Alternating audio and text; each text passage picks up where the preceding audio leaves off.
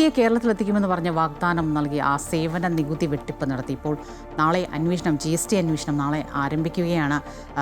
22.68 കോടി രൂപ സ്പോൺസറായ report broadcasting company അടയ്ക്കാത്തത് പ്രധാനമായും അന്വേഷിക്കുമല്ലേ?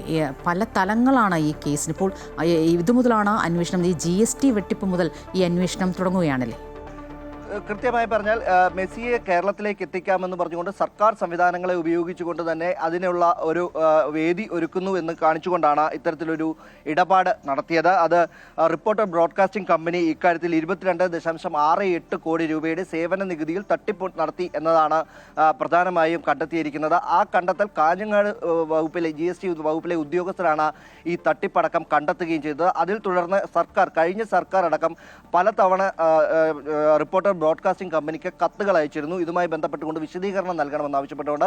എന്നാൽ ആ വിശദീകരണമൊന്നും അന്ന് സർക്കാരിന് നൽകാൻ ഇവർ തയ്യാറായിരുന്നില്ല. അതേസമയം തന്നെ കാഞ്ഞങ്ങാട് ഈ തട്ടിപ്പ് കണ്ടെത്തിയ ഉദ്യോഗസ്ഥനെ സ്ഥലം മാറ്റുന്ന അടക്കമുള്ള നടപടികളിലേക്കാണ് അന്ന് പോയിരുന്നത്. അതുകൊണ്ട് തന്നെ ഈ പുതിയ സർക്കാർ എത്തിയപ്പോൾ തന്നെ ഇതുമായി ബന്ധപ്പെട്ടുകൊണ്ട് വിശദമായ ഒരു റിപ്പോർട്ട് സ്പെഷ്യൽ സെക്രട്ടറി സർക്കാരിന് മുന്നിൽ സമർപ്പിക്കുകയും ചെയ്തിരുന്നു. ആ റിപ്പോർട്ടിൻ്റെ അടിസ്ഥാനത്തിലാണ് ഇപ്പോൾ GST വകുപ്പിൻ്റെ അന്വേഷണം നാളെ ആരംഭിക്കാൻ പോകുന്നത്. കാഞ്ഞങ്ങാട് GST വകുപ്പിലെ ഉദ്യോഗസ്ഥർ നേരിട്ടെത്തിയാണ് അന്വേഷണം നടത്താൻ തീരുമാനിച്ചിട്ടുള്ളത്. ഏത് തരത്തിലുള്ള തട്ടിപ്പാണ് നടന്നിരിക്കുന്നത്, ഒപ്പം തന്നെ മുൻ കായിക മന്ത്രിയുടെ ഇടപെടൽ അടക്കം ഈ റിപ്പോർട്ടിൽ സർക്കാരിന് മുന്നിലുള്ള റിപ്പോർട്ടിൽ ചൂണ്ടിക്കാണിച്ചിട്ടുണ്ട്. അത്തരത്തിലുള്ള ഇടപെടൽ ഈ GST തട്ടിപ്പ് അല്ലെങ്കിൽ സേവന നികുതിയിലെ തട്ടിപ്പുമായി ബന്ധപ്പെട്ടുകൊണ്ട് എന്തൊക്കെ കാര്യങ്ങളാണ് നടന്നിട്ടുള്ളത് എന്ന കാര്യമാണ് പ്രധാനമായും അന്വേഷിക്കുന്നത്.